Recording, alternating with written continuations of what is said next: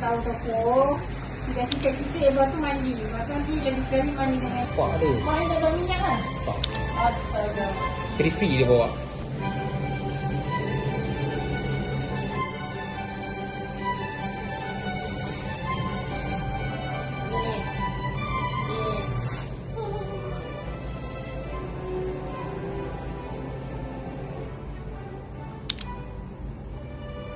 Ya. Betul. Lepas tu tekan. Dia kalau dulu ada lagi satu produk yang sebelah. Bodoh. Tahu? Suruh manufacturing 30 gitu.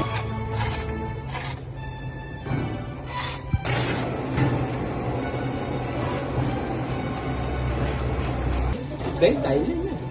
Dia bank. Tengok. Cantik tak tu? Dia kalau tengah selong cuba. Kena bayar tu. Tengok apa dia tahan kepala. Kamu lah, dia kecil kan? Kau cakap apa kamu? Saya lah, yang lagi-lagi ni.